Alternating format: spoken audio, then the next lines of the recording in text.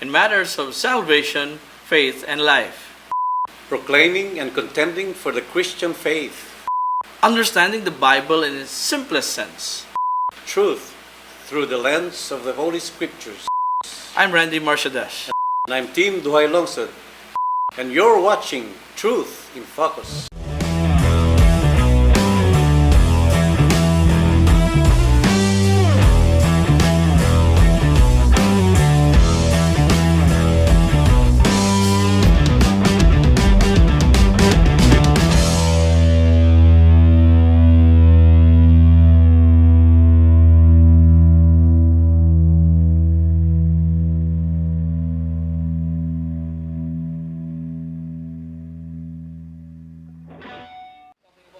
Pero yung sinabi nating tension kanina, Randy, if I may go on, sa paragraph 3, yun ang unang parte lang kanina. That's the one side of the story. The other side of the story naman na sinasabi nila, yet by the same providence, He ordered them all, or rather to fall out according to the nature, yung sinasabi ko, according to the nature of second causes, either necessarily, freely, or contingently.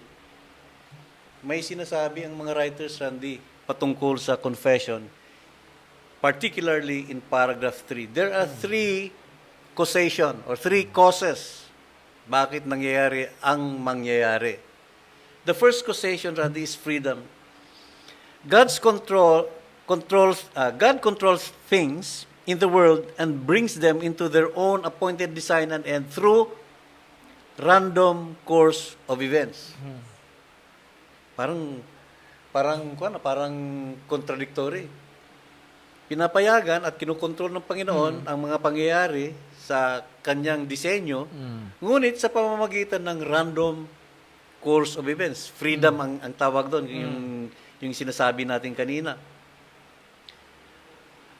We read that God controls war, that God controls a battle, and God controls a race, yet look what it says in Ecclesiastes 9:11, Randy. The race is not to the swift, and the battle is not to the warriors thou. For time and chance overtake them all.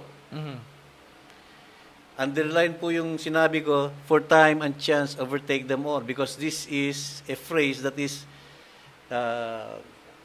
explained in a way that hindi naman yun ang intention.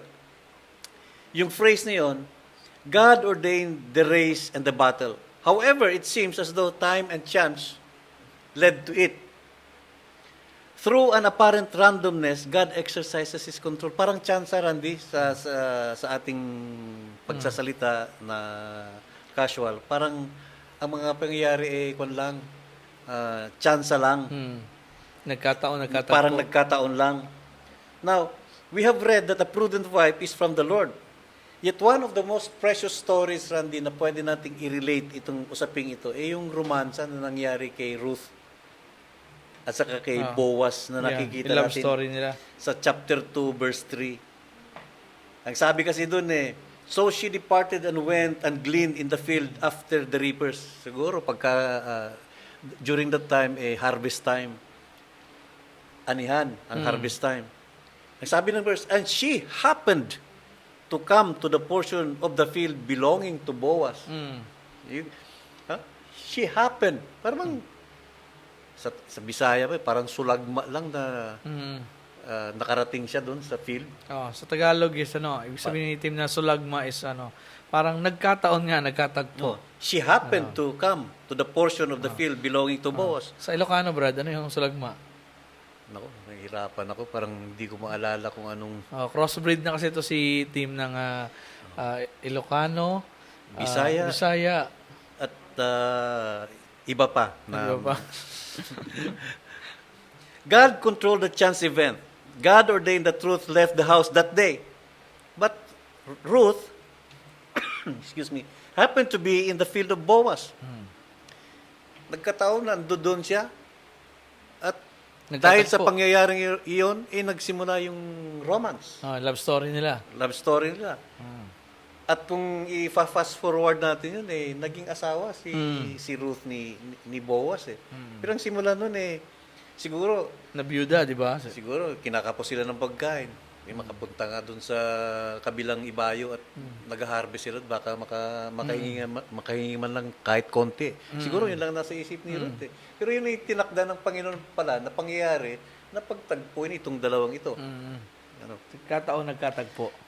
Remember the servant of Abraham na inutusang pupunta dun sa kabilang ibayo at hahanapan ng mapangasawa ang kanyang anak. Ano? In a faraway country to look for a wife for Isaac. He did not go there to find a specific person, Randy. Where did he wind up? Saan siya humantong? Right? As it were, in the footsteps of Rebecca's door. Para sa servant, parang chance happening na na-meet niya yung girl eh. Although, he prayed that he would meet this girl, blah, blah, blah, blah, blah, blah, ano. And true enough, merong mag-iigib ng tubig. At yun na pala ang magiging mapapangasawa ni Isaac. So, you see that these events leading to that, God uses second causes, Randy, ano, para matupad yung ano. And then there's one, regarding yung giyera nung araw sa 1 Kings 22:34, ito si King Ahab, napaka-wicked na king ito. Pumunta siya sa digmaan, nag-disguise ata. Meron namang isang kalaban niya na biglang humugot ng kanyang, hindi naman tirador, yung bow and arrow. Pana. At biglang ipinukol, yung bow and arrow. Akalain mo, Randy, yung arrow pumasok sa armor nung haring ito at yun ang kanyang kinamatay. Naka-armor naman. Ang sabi natin, lucky shot. Wow. But God controlled that lucky shot. Yun ang pwede natin sabihin. Yeah. God is in complete control of free random events that sometimes you call chance or luck. Yeah, so same siguro, may dagdag ko yung case ni David and Goliath, no? Na ang laging, pag pinag-uusapan ng kwento ni David and Goliath, lalo sa mga bata, ang laging bida, si David. Di ba? Tapos na ginamit yung kanyang slingshot, na parang tirador din, pero yung pinapaikot. At sa story na yun, kumuha siya ng bato ng mga, that represents the tribes of Judah, di ba? At nung masasabi ng iba na talagang may mga iba kasi nagtuturo na sabi it is not impossible for David to take down Goliath by throwing a stone. It's because sa una pa lang nagpa-practice na raw si David na nagpa-practice na bumato sa leon, may nakaaway nga siyang leon, di ba? In protecting the sheep. So sanay na sa David, so it's not impossible for David na when he threw the stone through his slingshot, na tinamaan mismo sa gitna, sa dito, no, ng ulo yung higanting si Goliath, ay yun ang kinamatay niya. Pero kung titingnan natin sa scriptures, it is not actually David, though second cause yun eh. Yun ang second cause. Kung pag isa-side natin gumamit ng bato sa mga second cause. Third cause na yun. Fourth cause pa ba? O nag-practice siya sa leon. Ganun pa man. Hindi yun ang cause. Ang sabi ron, ang bida sa story na yun, hindi si David, kundi ang Diyos. If God did not use those second causes, Yes. it is God who punished Goliath on that day. It is between God and Goliath. It's not actually David and Goliath. Dahil in real time, ang isang patpating bata over a giant can do nothing. Pero dahil God used that second cause, ginamit niyang means yun para to take down the Palestinian nation at to take down their champion, which is Goliath. That is right. But you see, again, hindi lang, sabi ko nga kanina, hindi lang ginagamit ng Panginoon ang isang cause, which is random. Ang second type ng causation, Randy, yung second causes na sinasabi, they call it contingently or conditionality. Yung bang, except this, then that would never be. In other words, there seem to be a precondition or prerequisites before certain things happen. Unless this would never happen. Alam mo yun? Yes. Sa kurso, for example, in those who are studying, you cannot go to the next course unless you get the course leading to that. So that is your prerequisite subject na kukunin muna. Hindi ka pwedeng tumuloy dun sa pangalawa kung hindi mo pa nakuha ito. Katulad din dito, Randy, except this will never happen. Ganito po ang nasusulat sa Luke 13:3 and 5 po. Unless you repent, sabi doon, you will likewise perish. So may conditionality. Magre-repent ka muna. Kasi kung hindi ka mag-repent, talagang mawawala ka. You will perish. Unless you repent, you will all likewise perish. Yun din ang sinabi ng 5. Luke 13:5. Now, siguro naman, maalala natin ang kwento sa mga minero or yung mga boat people na kasama ni Paul. Ang sabi kasi sa Acts 27:31, unless these men remain in the ship, you yourselves cannot be saved. But God had already said they would be saved. In verse 24, kung susundan nyo, before 31, sa 24, sinabi, maliligtas sila. How then is it that Paul says they cannot be saved? Because being saved, Randy, is contingent or conditioned or is dependent upon their staying in the ship. Kung lulundag sila from the ship, hindi sila masasave. The condition or the basis that they will be saved is they should remain in the ship. Sa Matthew 5:20, unless your righteousness surpasses that of the scribes and Pharisees, you will not enter the kingdom of God. Si Jesucristo mismo may sabi nito. That unless your righteousness surpasses that of the scribes and Pharisees, you will not enter heaven.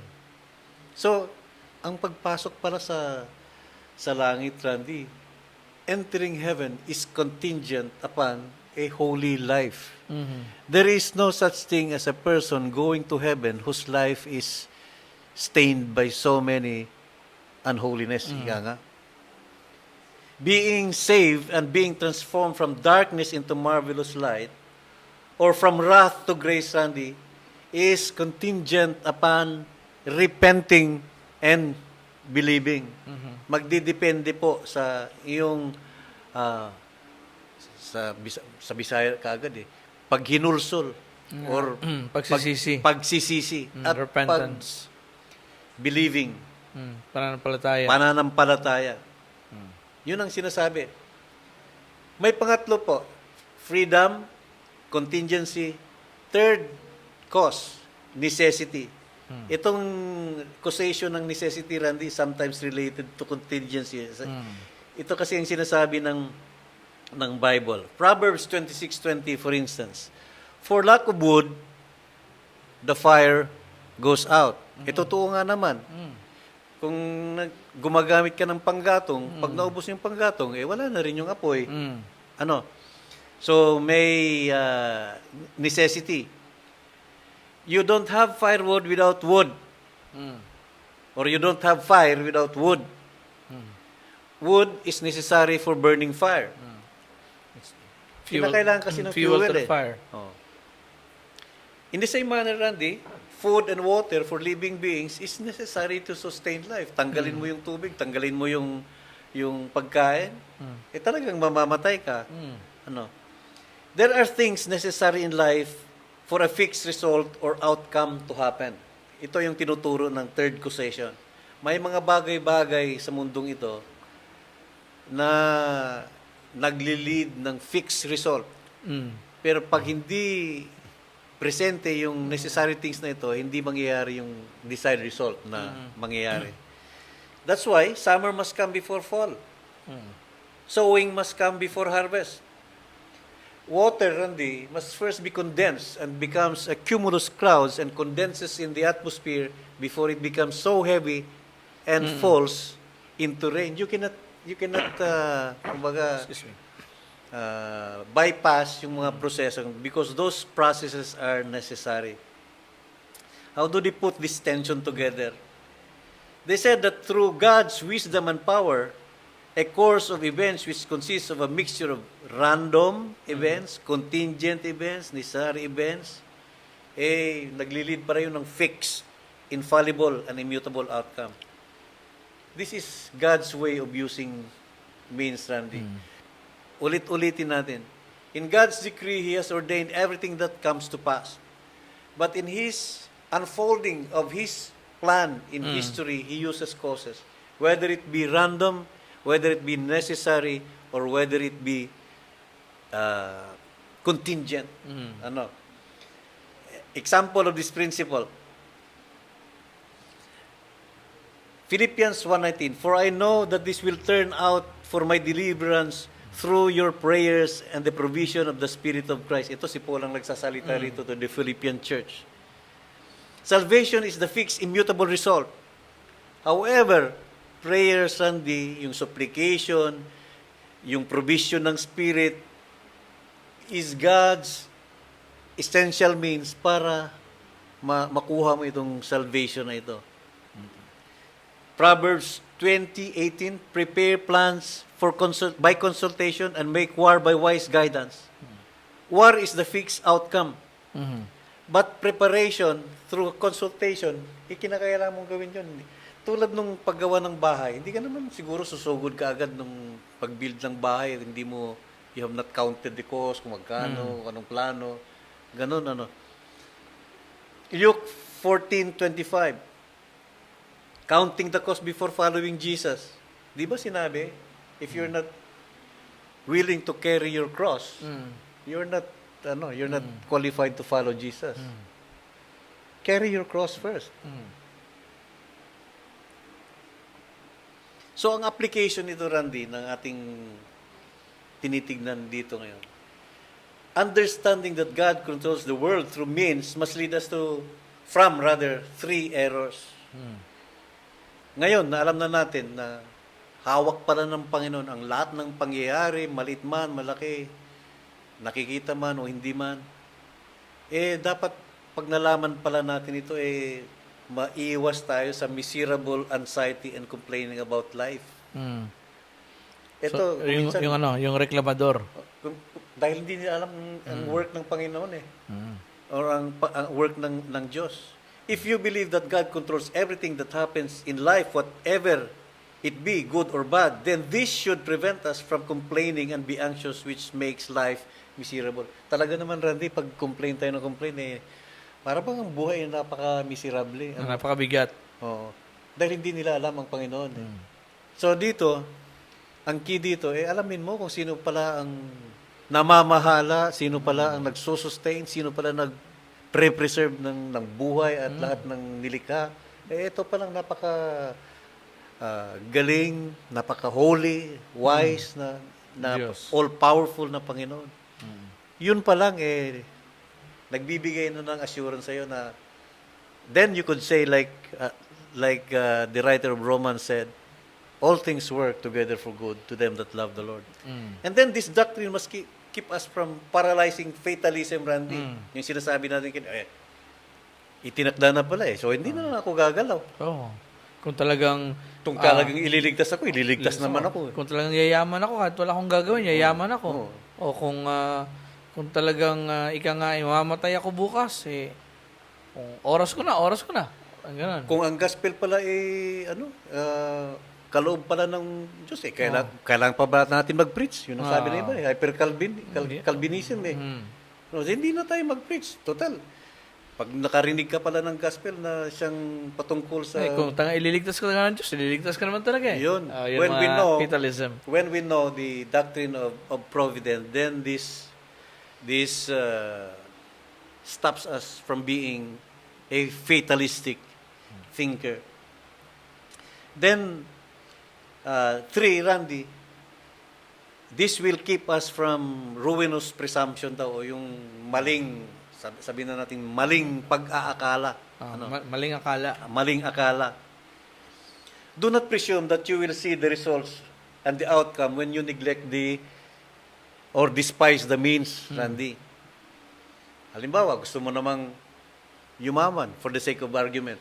Gusto mong yumaman, ayaw mo namang magbanat ng buto. Paano Tamad, naman, paano naman yon? Ang kaparaanan na itinakda ng Panginoon magsumikap ka para kung gusto mong ganito ang iyong mararating Mm. hindi, yung iba dahil nga fatalistic ang paniwala, gustong yumaman. Kung iyaman ako. Parang ganon. Do not think that you will go to heaven without the need of holiness because you won't. Hmm. Ano? There's a human responsibility Kung na gusto under mong it. pumunta ng langit, sabi nga natin kanina, contingent on different things. Number 1, repentance. Number 2, believing. Mm. And number 3, siguro, you have to have a holy life. Mm. Dahil lang sabi ng Bible, no one enters heaven Mm. na... As a result of repentance and faith. Do not expect that your loved ones will be saved unless you pray for them, Mm. Unless you preach the unless gospel you to show them. the gospel to them or preach the gospel to them. And don't expect to be victorious in the battles in life that we go through unless siguro naman humingi ka ng payo sa mga mas nakakaalam sa iyo. Mm.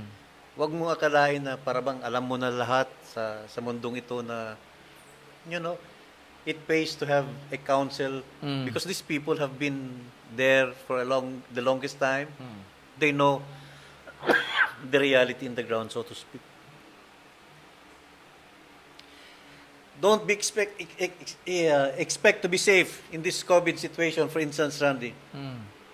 When you neglect all the needed protocol for safety. Fatalism yun. Diba?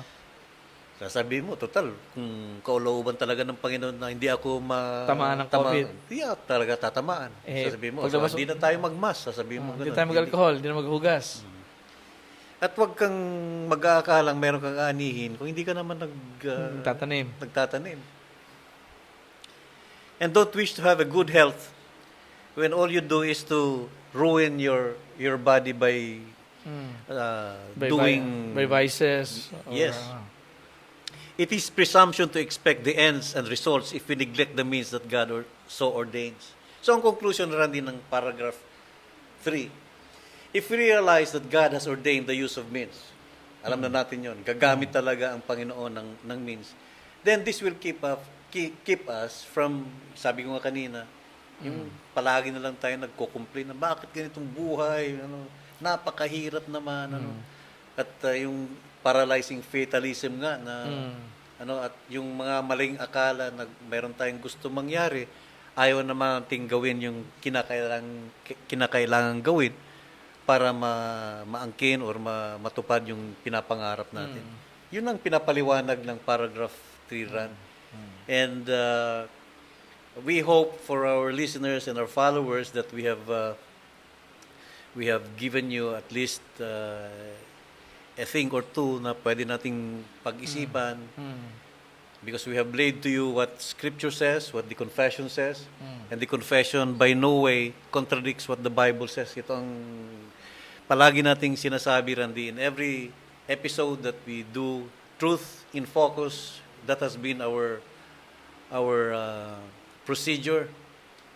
When we argue for a point or points, we always make sure that we get it from what the Bible really says because after all, yun ang authority na ating sinusundan.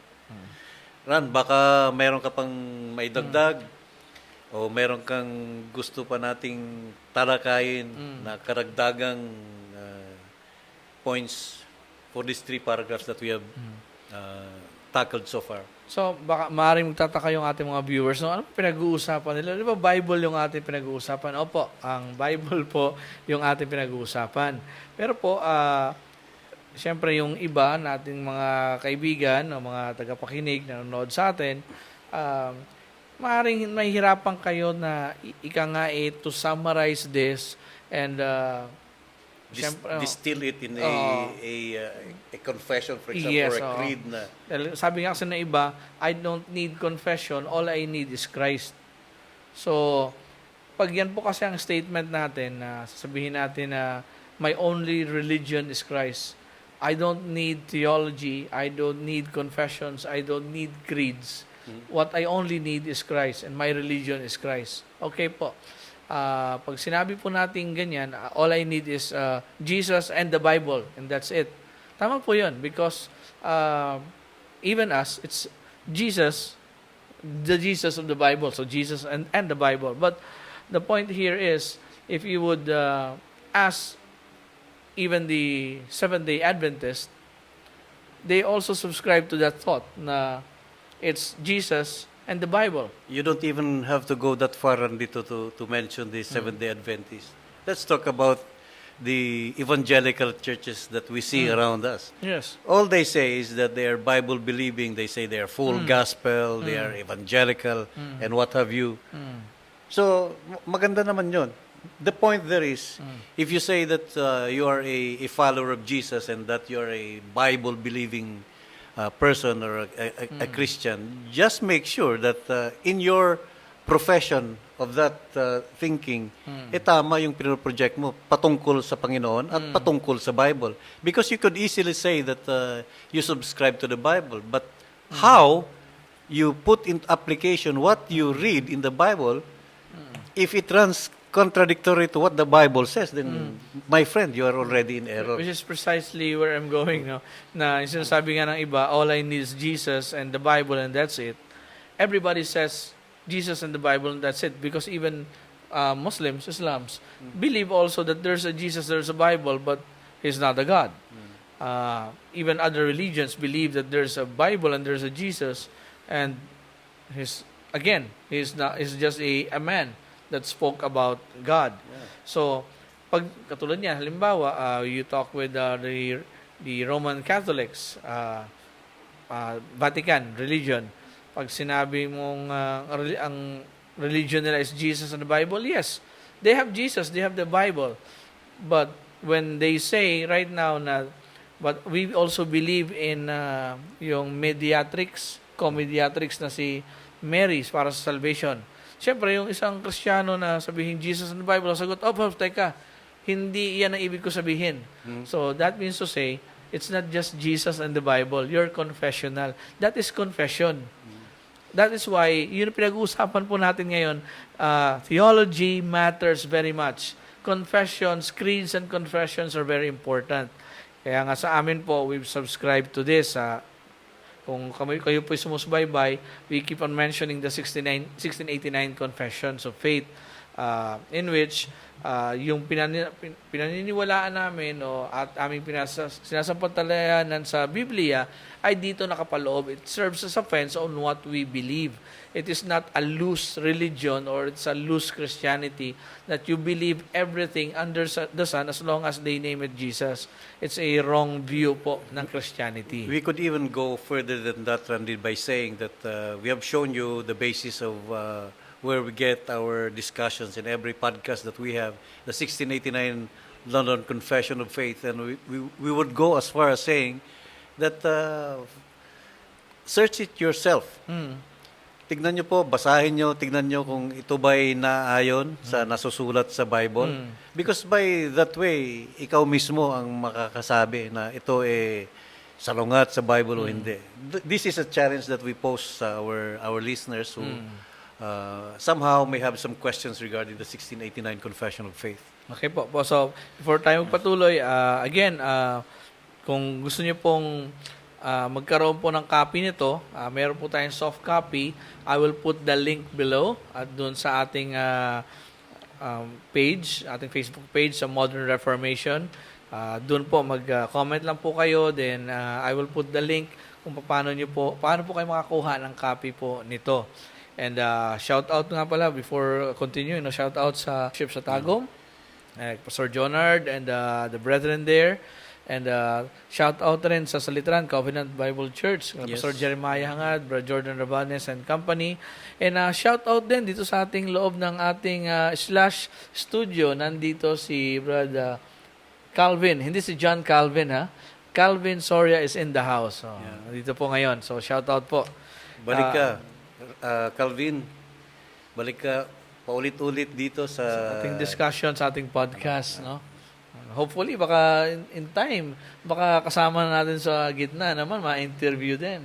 Sabi ko nga kanina, di ba, ang ganda ng kanyang pangalan Pag Calvin. sinabi mong Calvin kasi, napaka matunog na pangalan sa history when it comes to theology, the consolidation of biblical thoughts, napakalawak ang narating ni John Calvin sa larangan na yan.